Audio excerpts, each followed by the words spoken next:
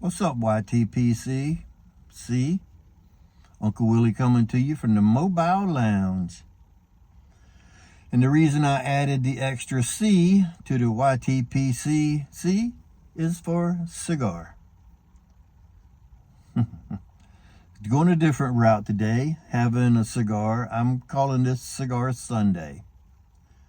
I'm not only smoking cigars today, I had a pipe earlier, but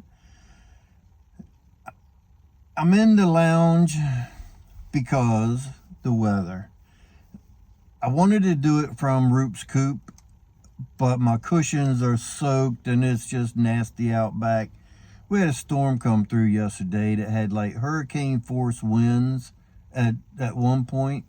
The trees were out there swaying back and forth, and all the pine needles and stuff. They're not really pine needles because it's not, it's some sort of fir, which is in the pine family. But anyway, it hailed. The storm lasted like 15 minutes, and it hailed marble size hail. My backyard was just a sheet of ice, little ice balls. 30 minutes later, the streets were dry, the sun was out, and you couldn't even tell that we had a storm by looking out the front door. But the back door is still wet and spongy and kind of muddy. So that's where we are with that.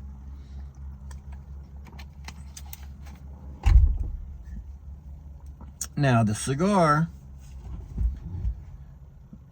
I'll tell you, I'll build the cigar for you from the inside out. The inside is called the filler, and that's long leaves that they take and roll together.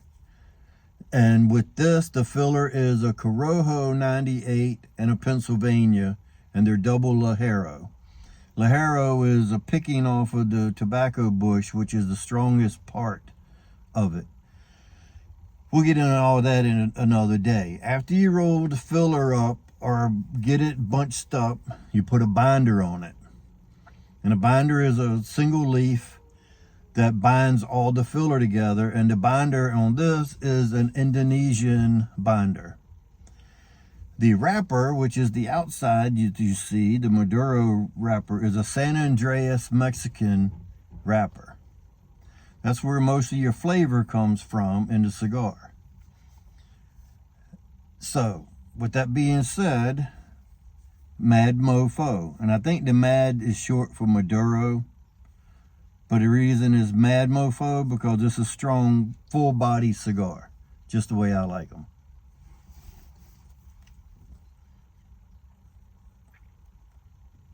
And to finish off the housekeeping, just like with I'm just touching it up a little bit there.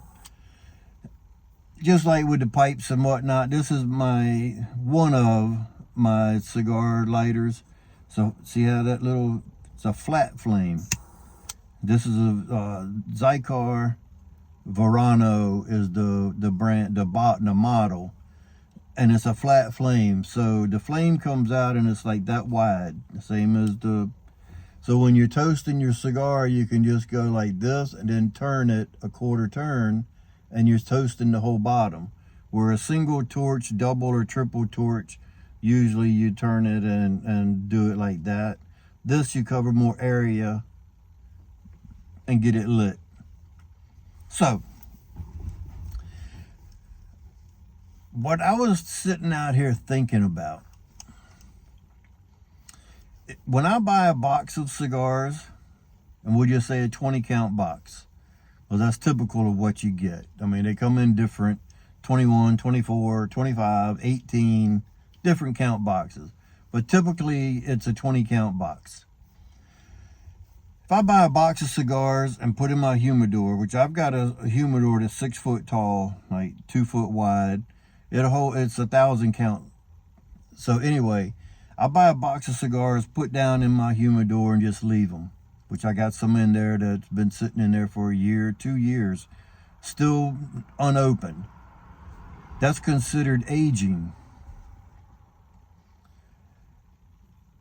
You could actually call it cellaring, but in the cigar world, it's considered aging. So if I take that box of cigars, open them, smoke one out of it, and put the other 19 back in the humidor, that hasn't interfered with the aging of the other 19 cigars. So if I buy a tin of pipe tobacco and I put it in my cellar, and your cellar can be whatever you want it to be, a box, a tote, a milk carton, a milk crate, because that's what mine is, and it's overflowing. But if I buy a tin of tobacco and put it in my cellar and leave it for a year, then I open it and smoke one bowl out of it, put the top back on and put it back in my cellar, did I interfere with the cellaring age of that tobacco? Or did I just smoke a year-old bowl and the rest of it is still cellaring and it didn't stop the cellaring process? There's a difference between the cigars and the tobacco, because these are individual and the tobacco is bulk bowls that you'll smoke from it. So I'm hoping you're understanding what I'm asking and what I'm saying. But the question is, if I smoke a bowl out of the tobacco that is a 1 year old, we won't even go any farther, just 1 year old, I smoke a bowl, put it back in my jar or my tin, whatever I was doing to cellar it to start with, and put it back in there, did the cellaring process stop and then start over?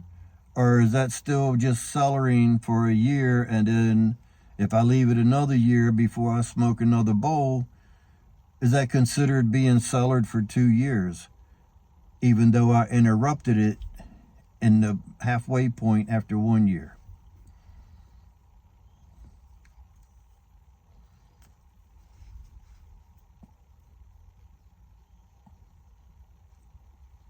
And the same with the pipe. If you talk, it will go out on you.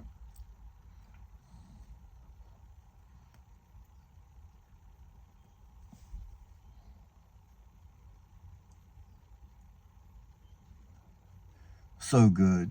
Caldwell, they've got a nice line of cigars. And I think there was only one that I wasn't real crazy about, but it was still finishable. I'm not going to go into the whole line, but this is the Long Live the King. And they've got another one that is considered The King is Dead. So that's what that is. So that's my question. Is it still cellaring, or did you interrupt the cellaring process? Because with cigars, you didn't interrupt it until you smoke one. Because if you leave one in there for a year, 2 years, or 5 years, it's just aging. So if I interfere with the tobacco, did I interfere with the aging process? I say no. I say all I done was smoked out of a year-old cellared of tobacco, and if I go into it after 2 years, it's been cellaring for 2 years, even though I interrupted the cellaring process at 1 year. I'm not trying to make this complicated, because it's not. It's very simple, very easy to understand in my mind. The question that I'm asking is easy for me to understand the question that I'm asking you. So if you have any thoughts on that, let me know what you think. Thanks again to all of you that have subscribed and continue watching. If you like it, give me a thumbs up. If you don't, give me a thumbs down. Let me know where I stand. And if you want to tell your friends about me, that's good too. And I appreciate it. As soon as I hit 100, I'll be doing a giveaway. And thanks again for everybody. Hope you had a good rest of your day. Hope you've had a good weekend. And hopefully I'll be back tomorrow from the coop. And until next time, stuff them and puff them.